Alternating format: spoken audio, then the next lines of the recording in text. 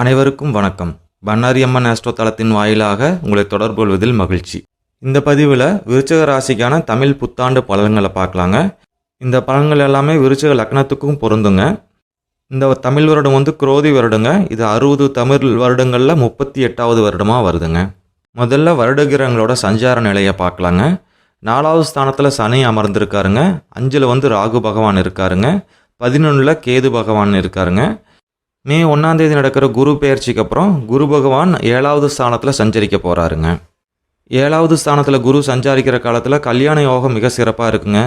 திருமணத்தை எதிர்பார்த்து காத்துக்கிட்டு இருந்தவங்களுக்கு இந்த சமயத்தில் கைக்கூடி வருங்க. தாமதமாகிட்டே போயிட்டுருக்க திருமணமெல்லாம் இந்த சமயத்தில் சீக்கிரம் ஏற்படுறதுக்கான வாய்ப்புகள் அதிகமாக இருக்குங்க. அதே போல் 2வது திருமணத்தை எதிர்பார்த்து காத்துட்டு இருந்தவங்களுக்கும் இந்த சமயத்தில் அது ஏற்படுறதுக்கான வாய்ப்புகள் இருக்குங்க. கணவன் மனைவி ஒற்றுமை மேலோங்குங்க. 2 பேர் விட்டு கொடுத்து போவாங்க. அதனால் குடும்பத்தில் ஒரு மகிழ்ச்சி ஏற்படுறதுக்கான வாய்ப்புகள் இருக்குங்க. ஆல்ரெடி கூட்டு தொழில் பண்ணிகிட்டு இருக்கவங்களுக்கு இது சிறப்பான காலங்க. நல்ல லாபங்கள் கிடைக்கிறக்கான வாய்ப்புகள் இருக்குங்க. புதுசாக கூட்டு தொழில் செய்கிறக்கான வாய்ப்புகளும் விருச்சிக ராசி விருச்சிக லக்னக்காரங்களுக்கு ஏற்படுறதுக்கு இந்த சமயத்தில் அதிக வாய்ப்பு இருக்குங்க. இந்த குரோதி வருடத்தில் தொழில் பண்ணுறவங்களுக்கு நல்ல லாபகரமாக இருக்குங்க. அதே போல் உத்தியோகத்துக்கு போகிறவங்களுக்கு நல்ல சம்பள உயர்வு கிடைக்கிறக்கான வாய்ப்பு இருக்குங்க. ஆனால் பதவி உயர்வு எல்லாத்துக்கும் கிடைக்கும்னு சொல்ல முடியாதுங்க. உறுதியாக சம்பள உயர்வு கிடைக்குங்க. இவ்வளோ நாள் இருந்து வந்த மன உளைச்சல், சோம்பல், மனசோர்வு இதெல்லாம் நீங்கி சிந்தனையில் ஒரு தெளிவு பிறக்குங்க. நல்ல முடிவெடுக்கிறதுக்கு அது உதவிகரமாக இருக்குங்க.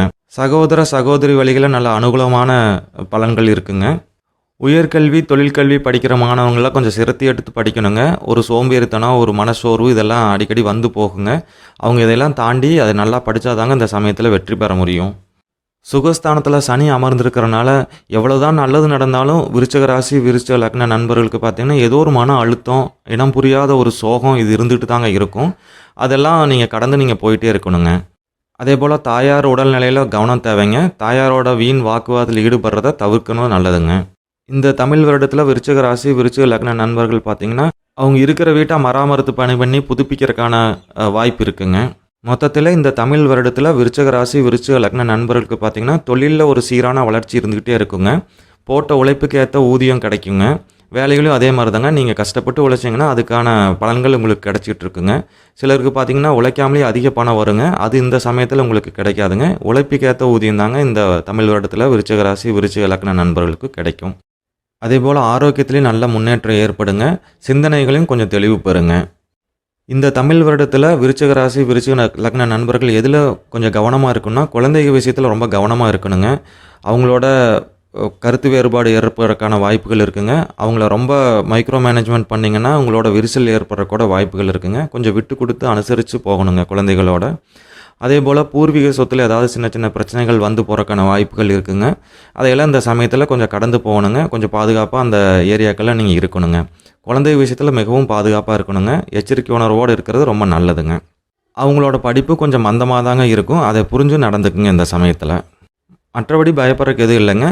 இந்த தமிழ் வருடத்தில் அடிக்கடி நீங்கள் குலதெய்வ வழிபாடு செஞ்சீங்கன்னா இந்த பிரச்சனைகள்லாம் கொஞ்சம் குறையுங்க. பசங்க ஓரளவுக்கு நல்லா படிப்பாங்க.